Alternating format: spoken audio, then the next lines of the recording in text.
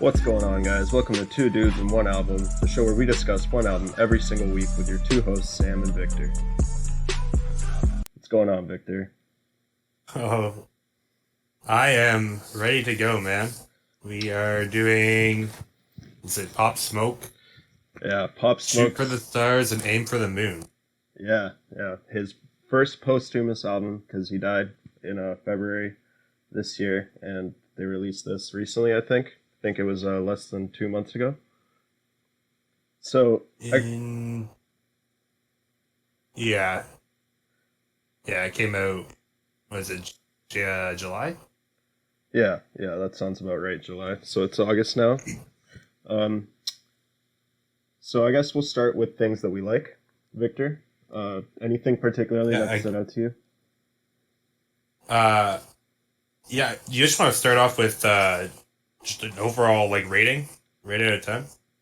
Yeah, we can do that. We can do an overall rating out of 10, and then we could talk about why it's like that and anything particular, like certain songs or certain verses or features, I guess, that really stood out to you. Right. Yeah, so, I guess I'll go first. I give it 4. I think it had some redeeming qualities, but overall, I didn't really enjoy the whole work. Wow, a 4, eh? Yeah, Damn, okay, I'm very interested because I very much disagree with a 4. I think a 4 is definitely way too low. But I'm ready to hear why. uh, just has like a lot of recycled ideas. I feel like I don't know. I guess it's just the style of rap, right? Like people just are flexing over and over, and like it's fine. But I feel like he doesn't have any great like compound rhyming or like fun wordplay necessarily. It's mostly just like talking about how he's a thug and how much money he's got, which I mean is a big part of rap. I feel like, but I don't know. It didn't really stand out to me for that reason. Okay, yeah, that's interesting. I mean, I definitely agree that he's not necessarily like a great lyricist, right? Exactly, yeah, and like I feel like if I want an album to be a 10 out of 10, like you have to be like I don't know, like Kendrick Lamar's Mad City, right? Like that's a 10 out of 10. That guy paints a picture. He rhymes well. I don't know. Yeah. I mean, I get what you're saying. Definitely understand where you're coming from. Uh, I would say that where Pop Smoke shines is not necessarily in his lyricism, but in his delivery. So I feel like he has an insane level of aggressiveness to how he delivers his lyrics, which I think is where he shines the most. There's a lot of tracks on here where he's not necessarily going aggressive. There's a lot of more like slower tracks. There's some like R&B thrown in there, and I would say that's Yeah.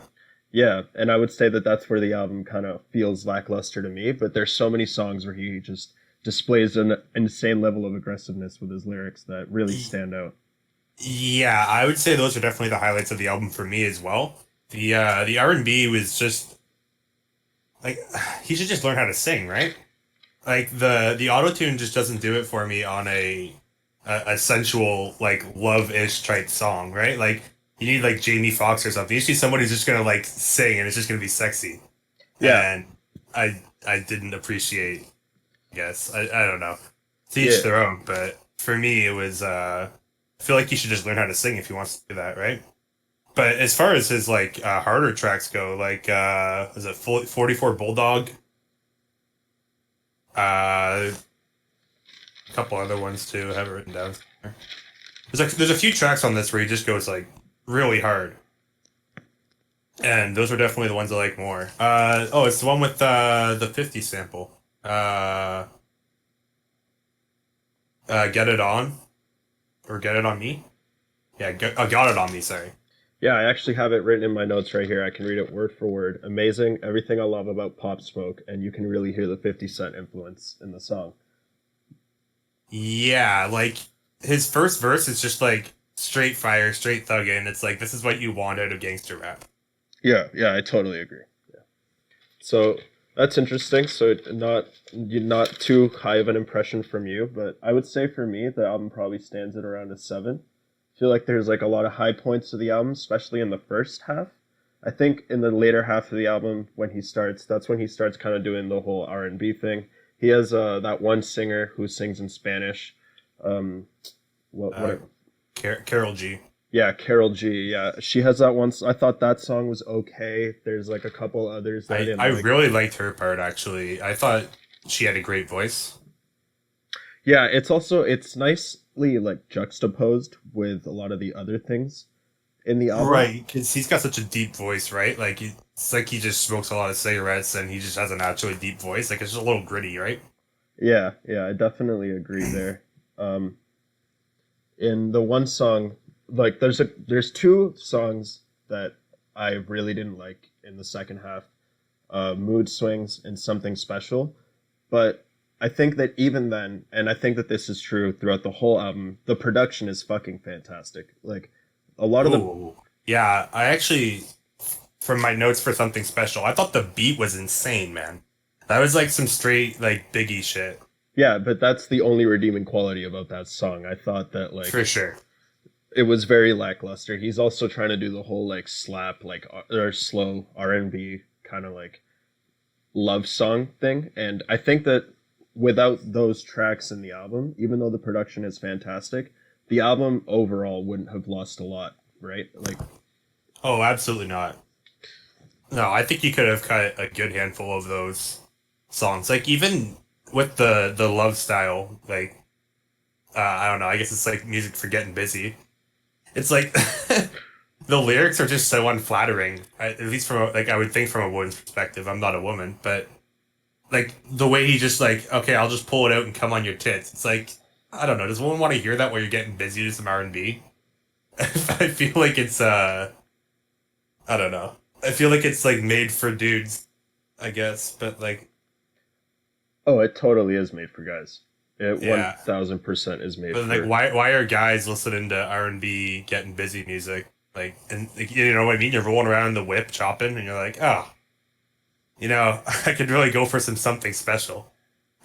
Oh, I'm sure that that definitely happens, dude. You got to realize like there's a lot of like high schoolers and shit that like have never really had sex and like they're listening to Pop Smoke and they think that this is hard as fuck, right? Like they just don't know any better, and that's sort of like the main audience is like younger men. It's not necessarily like older guys. That's fair. Like I feel like some old heads would probably not appreciate it. Yeah, yeah, I Compared agree. to yeah, like people just getting into hip hop. Yeah. I have a an interesting note here that I also found about the album, in that over half the tracks on the album have features. There's a lot of features on this. Like it's not necessarily just a Pop Smoke album. Yeah, for sure. I noticed that as well. I noticed the you got Sway Lee. Yeah, yeah, and there's like Quavo. Doing the hook from that one song. Yeah, he has a verse on it too, and like Quavo's on like three songs. There's like a lot of other features on there, like you Like said. obviously the standout one's the 50 Cent feature. Yeah, Boogaloo. yeah, and even in that song, I would say like there's two guys on that song, and I didn't really care for the first verse. I don't know if that's just me, but It's, yeah, I have it pulled up here. It's Roddy Rich. yeah, yeah, yeah. I don't know. That kind of the first verse kind of felt very lackluster to me. The best part about the The fi- song, It's for sure 50, it like is without a totally, question. yeah. Even though like The the chorus is okay too. yeah, the chorus is fine. I think that when when you're listening to the Pop Smoke verse, he's obviously doing an homage to 50, which is fine. Whatever. Right. Yeah. Yeah, and then as I already brought up before too with what is it? Got It On Me. Like that's just he just straight up bit wait, what song was that from 50? I forget what it was. I don't know. I didn't even know that it was a 50 Cent sample, but I definitely. What? The like half the song is 50 Cent. Second. I'll get that for you. Well, like I definitely noticed it in his voice. Like he was definitely coming, giving me that 50 Cent vibe. If I had put on that song, Oh. It's Many Men. oh, is it okay? Many, many, many, many, Yeah, yeah, many. yeah. Yeah. I don't know how I didn't notice that, but yeah, that's interesting. Yeah, the hook or the chorus, whatever you want to call it, is almost like verbatim, just the Many Men hook. Yeah, yeah, And then yeah, and that verse, like he popped off real hard in that song too. The first verse was nice. I have a note here. The song "Snitching." Oh my god, okay. Can we talk Oh about how my, bad that song is, dude? that song is whack as fuck. Dude, I fucking hate Quavo so much. I literally have it in my. The only good part about that song is Future, and that's because I love Future. I love the way Future raps. I love his voice. I love how he comes on songs and just kills it. It, like the writing was okay. Okay, like the production across this entire album is okay. Like the beat, like there's not really any beats that are like, oh my god, this is terrible, right? Yeah, no, Like I agree. Yeah. across the board, I give it like a 6 for production, probably, like at the minimum. But like, I have so many problems with this song. Man, The intro just starts off with this dude bragging about how he's got a job to the cops where he just snitches, but it's like high profile, can't talk about it. It's like, okay, that's not something you want to hear. But like maybe you're thinking like, okay, the verses are gonna come in about what you do to snitches. And then like the verses are just them flexing all their money. It's like it doesn't even make sense. It's literally irrelevant to the like concept of the song. The song should be about like pulling nines on fucking snitches and doing whatever, right? And they're just like, oh, but look how much money I got. And it's like, wait, so are you guys the snitches? Like, what is this song? It's so whack. yeah, I agree. And I feel like another big problem that I have with snitching is that, man, it doesn't even feel like a Pop Smoke song. It feels like a Quavo song. Quavo does the chorus. Quavo has, pretty sure he has like the first verse. Pop Smoke has He a has tiny he has verse. he has two verses, I think, Quavo, Yeah, in that two song. verses. Yeah, and then Pop Smoke has a small verse after, and Right. then Future ends the song. And the Pop Smoke verse is like barely a quarter of the song. So like it's literally just a Quavo song, and I think that that goes back to the fact that this is an album that came out like after he died, so he didn't really get to finish it. So I Yeah, maybe he just had one verse written or something, and then they picked it up. yeah, that's and I feel like that like throughout the whole album you can kind of sense that where like you'll get like a song that's like 2 minutes and 40 seconds long, and then there's no talking after 2 minutes. So it's just 40 seconds of straight production. You know what I mean? So I feel like this song specifically suffers the most from the fact that Pop Smoke didn't get to finish the album. Right. And I have it like every single song where Quavo comes in, even in the first song, Aim for the Moon, I think it's called. In that Yeah. song, like Quavo sucks. That's literally the only thing I've written for that song is Quavo sucks. Ad libs after every single line, like everything he's saying, just it's like more Quavo. Every song that he's on is just the same. It was fun in 2016, but 4 years later, and this guy hasn't grown at all musically. It's just frustrating. And it's literally the most cancerous rapper on in the game right now. I've never heard of Quavo before this album, so I don't have any strong opinions. Have you ever But listened to the Migos? I know who Migos is. Yeah, he's one of the guys in the Migos, and like, Oh, I it's thought Migos was one person. no, it's three guys. Yeah, Oh, yeah. Well, this is showing my true colors. I am exposed as not a hip hop head. it's fine. Are there any like big standout tracks that you really like? That I really like. Yeah, Like of course the 50. Um,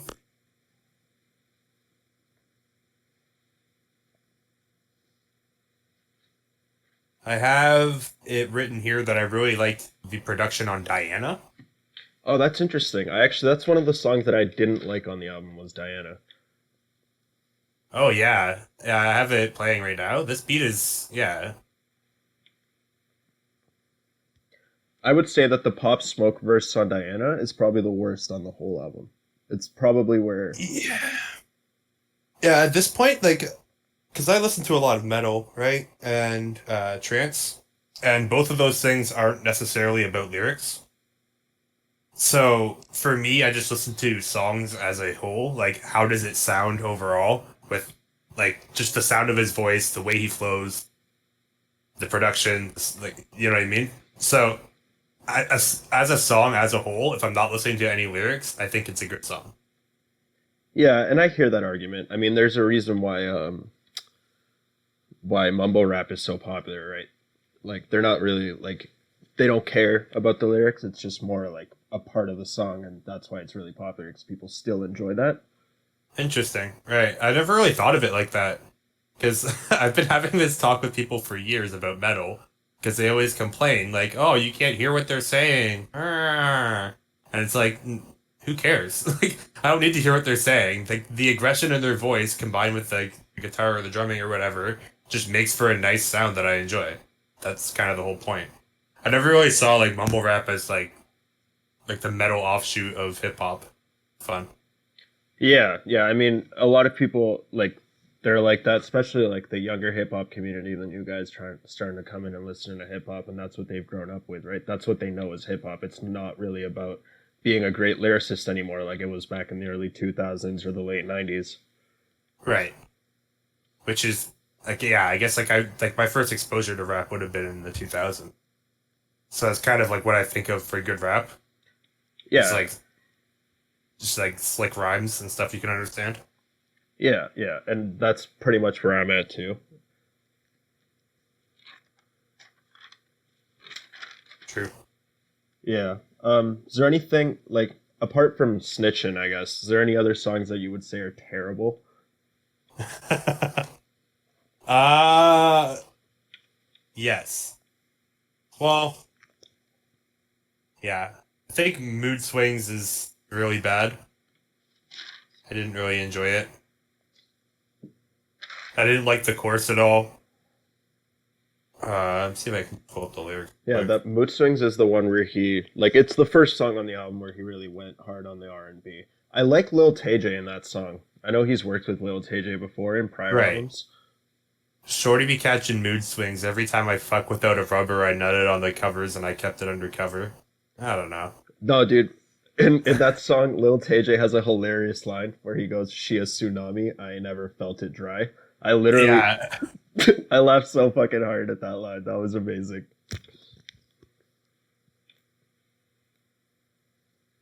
Oh, actually, I laughed really hard at the end of this song.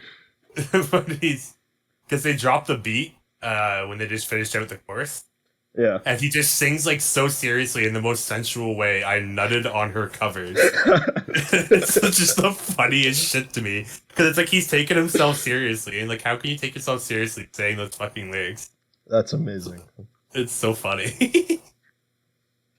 uh, I thought Dior actually. I thought his verse in Dior was terrible. The song as a whole has a nice sound, but Yeah, that's interesting because Dior is like, it's not only his most popular track, but he's released that song three separate times on every single one of his albums. So he obviously, right. yeah, it's definitely like what people know him for. And I think, like, I like it. It was the first Pop Smoke song I ever heard. And I really like that song. But I feel like if I were to really like read the lyrics, like try to like understand what he's saying, it's not an in-depth song, but that's not what it's supposed to be. No, it's supposed to be hype. You just pop this at the club and you're going down. Yeah, And I exactly. get that. Like, yeah, I can totally see where you'd be like popping off. Yeah, if this shit came on a big sense, right? Yeah, yeah, yeah, yeah. I think it goes pretty hard for what it is. Yeah, yeah, for sure. He says, "Bitch, I'm a thought." I thought that line was very strange. Yeah, yeah, where he's, Bitch, I'm a thought. Get me lit. yeah, Like, why you call yourself a thought? I don't know. yeah. He has some great one-liners on this album. It's fucking amazing. Yeah, overall, I think the R&B just really ruined this album for me. If he could just come out like I don't know, and even just like the flexing, like I after a few songs, it's like, dude, I get it. You got fucking money, you got a big old fucking rolly, and bitches with Prada, like Yeah, cool. yeah, You know what I and mean? Like I want to hear him just get hard, get hard. Well, no hobo. Uh, like I just want to hear him talk about how he's gonna fucking pull the gun out and rob your shit and like ruin your project. I want to hear more of that. yeah. I agree that that's. I feel like that's where he I think that's also. definitely where he excels. Yeah, that is where he excels. I think that a lot of the flexing is kind of like unnecessary. I feel like that's not why I like Pop Smoke, but I definitely like I Pop feel like Smoke. it's just far too prevalent to not talk about, though, right? That's like the elephant in the room with this. Like every single song, he just talks about how rich he is. Like Yeah, yeah, and that's not well. That's not just an issue with Pop Smoke. That's definitely just what's been going on with that's rap. probably just the industry in general, but it's like he just feels like a clone of everybody else, you know? Like nothing about that makes him stand out. It just makes me be like, oh, it's another one of those guys. No, but I feel like what makes Pop Smoke stand out, and I think we already addressed this, but it's just how aggressive he goes. The sound of his voice is like really deep and gritty. I like that a lot. There's like a lot of things that separate him from your regular, I guess, new rapper. That his voice reminds me a bit of Meech from I was gonna Flatbush. make the same connection because it's so gritty and Yeah. dark. Yeah, Yeah. Whenever you hear Meech rapping, you're like, oh my god, this guy like yeah, sounds like a thug. And yeah, I like that's kind of the same appeal for that guy as well, but I feel like he's better lyrically. All yeah. in all, I feel like Pop Smoke's just a he's like a discount 50 Cent. Like you know how Oof. you know that meme where it's like, "Mom, can we get like whatever?" And then she says, "No, we have whatever at home." Yeah, It's kind of like saying, "Mom, can I get 50 Cent?" And then she'd be like, "No, we have Pop Smoke at home." And it's like not as good. I That's I honestly disagree. I think he's better than 50. I don't think 50. I think what? yeah, I definitely think he's better than 50. I think that just You were on one. nah, bro, nah. Hear me out. Just hear me out. I think that where he excels in his like explosive verses and his voice mixed with very good one-liners as well as that kind of he can do a very good chorus. There are songs on here like in Make It Rain. Tell tell me there aren't. Tell me there's like no good 50 hooks. 50 has so many good hooks. That's like his thing. Yeah, he does. He has very good hooks, but I think that 50 if I were to go back to a lot of the 50 songs, they would sound very outdated. Like and corny too. 50 Cent was very corny. Well, you can't deny that. Uh, I mean, I can. Dude, Candy Shop, that's not a corny ass song. Come on, man. Okay, but you're telling me that any of the R&B on this album's not corny, Okay, that's fair. That's right? yeah, Like, yeah, yeah, yeah. I feel like 50. Okay, so let's say when did Get Rich or Die Trying? Ooh, I don't know off the top of my head, but I want to say around 2009. Um, 2003. 2003. Okay, yeah. Right. So we're talking 17 years later. You think it sounds a little dated? Yeah. How how do you think you're gonna look back at Pop Smoke in the year 2037? That's actually a good argument. Yeah. I mean, yeah. It's gonna sound ridiculously dated and corny and be like, oh my god, remember 2020 when we were listening to this kind of bat rap? Like, you know what I mean? Yeah. Yeah. I guess I also wasn't a big 50 fan to begin with, so I feel like I might be biased in that way, but I still stand by I think that I would much rather put on a Pop Smoke album than a 50 Cent album in 2020. I think it depends on mood more than anything. I think if I'm trying to just listen to something that's like, okay, I just want to listen to some hard shit, I'd probably listen to 50. But if I'm trying to party, like Pop Smoke might be a little better. I feel like his like just the way beats have evolved over the last 15 years. Ever since people could just start making them in their bedrooms, right? Because they had laptops powerful enough, like beats have just started exploding. They're just like the production is just like unfathomably better over the last 15 years. To the point where like all beats are just hype. Yeah, yeah, and I definitely see that. Like, feel like yeah, well, like I said, one of the strongest points of this album is the production on it, right? And that's not Pop Smoke. Pop Smoke's not producing his own stuff, so Yeah. And I think like based on like I think Pop Smoke has his place, but I think overall I think 50 has a stronger just like catalog, I guess. yeah. But Pop Smoke also got cut earlier, right? He's only been rapping for 2 years, and then he got killed. So Right, Get Rich or Die Trying is his debut album, and I'd rather listen to that than this, which is also the debut album apparently. Yeah, he has two mixtapes prior to this, and Right. I think that his first mixtape, he has a lot of songs on there, and that there's barely any features. I think that that album's really good as well, or mixtape. Right. I haven't listened. This is all I've heard from Pops.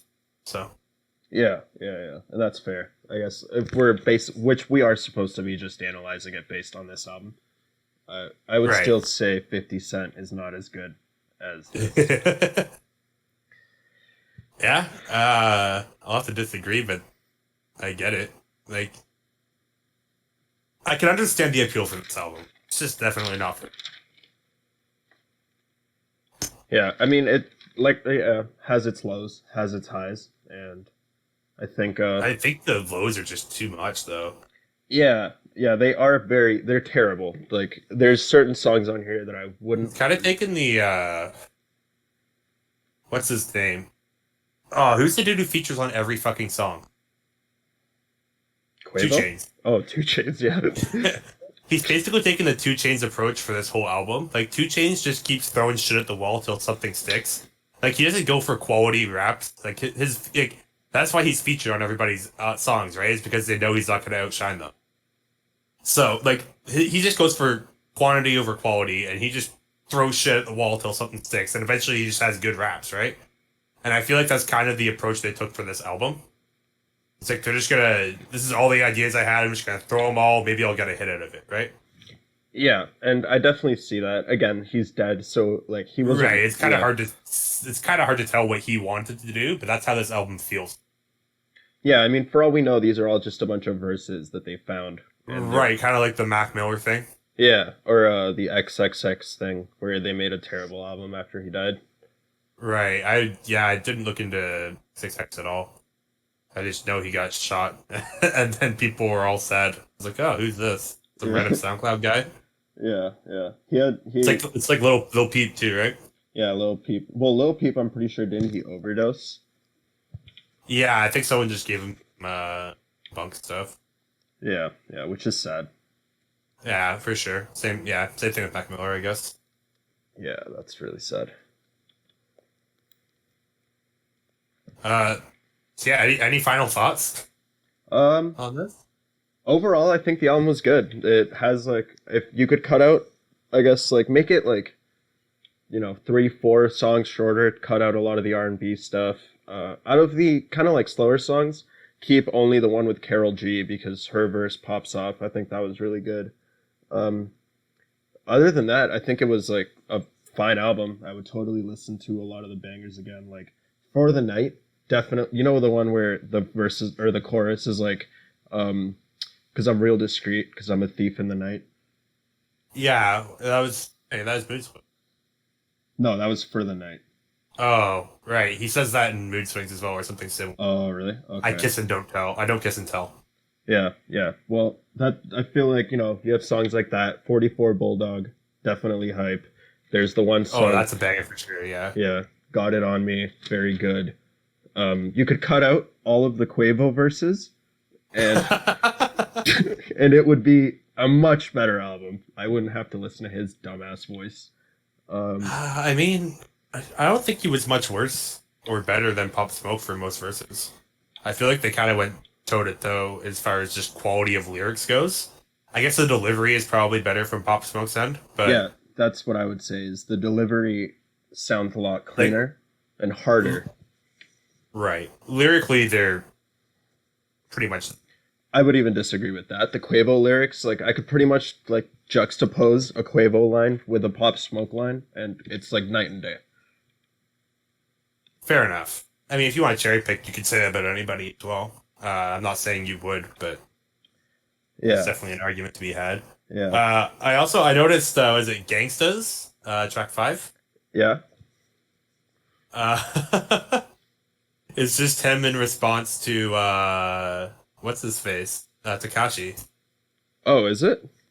Yeah. So he's talking about how yeah, I don't want none of that extra loud shit. This ain't none of that rainbow hair shit.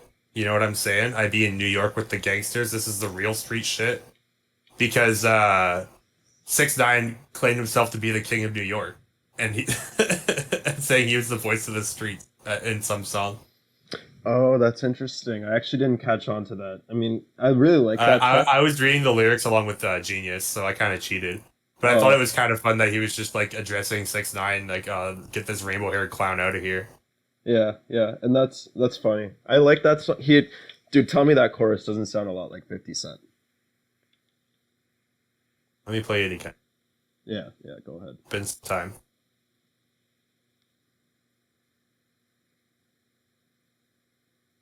But I mean, that kind of just goes back to my point too, right?